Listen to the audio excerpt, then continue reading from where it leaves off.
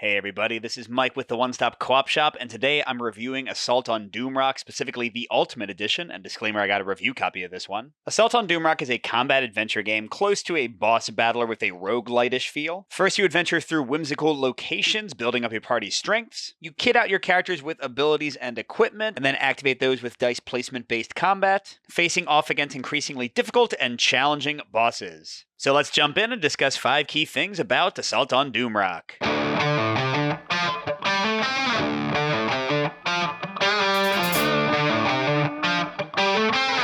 So first, for my number 5 point, I'm looking at one of the most unique things about the game, even today, years after it originally came out, and that's the boardless combat, and this is generally a pro for my taste. So like I said, this combat is boardless. All that matters in the enemy and hero placement is the groups they are in. So ranged combats will hit distant enemies, while melee attacks will hit people in the same group with you. And that sounds simple on the face of it, but there's a ton of benefits here. First of all, things get set up incredibly quickly. They still manage to capture a lot of really cool intricacies, like being surrounded by enemies, not being able to use some abilities when you're engaged. You don't have to count like your 5-space movement or all that kind of stuff. Now, you can make it more complicated by doing things like using the terrain optional expansion in the Ultimate set that lets you kind of activate places and gain bonuses from them. You don't have to do that, but if you want to take the combat to the next level, you can. Either way, this is a unique and impressive way to do tactical combat. Next, for my number 4 point, I'm looking at the first half of the game in each act, which is the adventure phase. And this is kind of a mix for my taste. On the positive side, there's a ton of variety in this phase. You get very different locations with whimsical, kind of humorous, and interestingly varied actions you can take. And there's lots of resources to manage, the secrets that are on the locations, the time you have to explore them.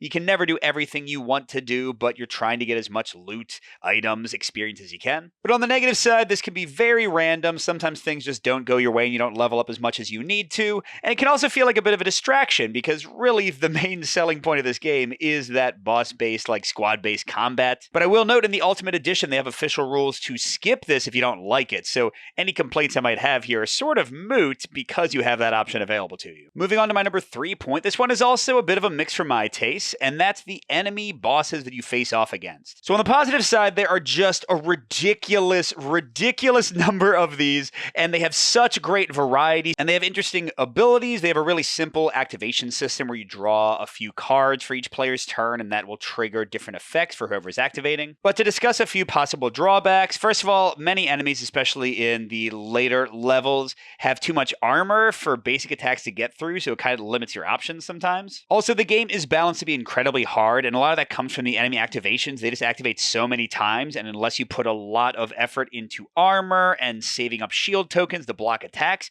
you can just get overwhelmed, and that's not always a good feeling. But I'll note that in the Ultimate Edition's defense, they've given you more tools to make the game easier if that's how you'd like it to be, and also they have optional rules to let you use actions to switch the enemy that you're facing out in case they just don't work for your build, so a lot of this can be mitigated depending on how you play. But moving on to my number 2 point, which is a full pro for my taste, is the character building and really the roguelite feel of the game. So you start out with a basic class, there's a ton of them. You add on a trait card, which changes things up even more. You start with some basic abilities, but then you get to level up into so many more, and the choices here are great because you want to make sure you have coverage of different dice values. You want to pay attention to whichever attributes you're gaining, because that's going to control which items you can equip, which varies your build even more. Now, I do have to mention this could be a negative for some people because, as in many roguelite video games, this one sort of emulates, you are sometimes not going to have builds that work well together. You know, you might draw things that just don't help you out or don't work for the boss. But everything tends to be pretty useful, especially when you're playing with multiple characters or in the true solo mode with a henchman.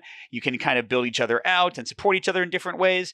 So the builds tend to come together, and you do always find cool tricks to pull off in every game, I find. And that goes right into my number 1 point, which is a full pro for my taste, and that is the dice-based combat and the tactical decisions. And this really combos in with the enemy point, with the boardless combat point, because they're all related. But on your turn, you roll dice based on your abilities, and you get to place them on the different cards to set up your activations for later in the turn.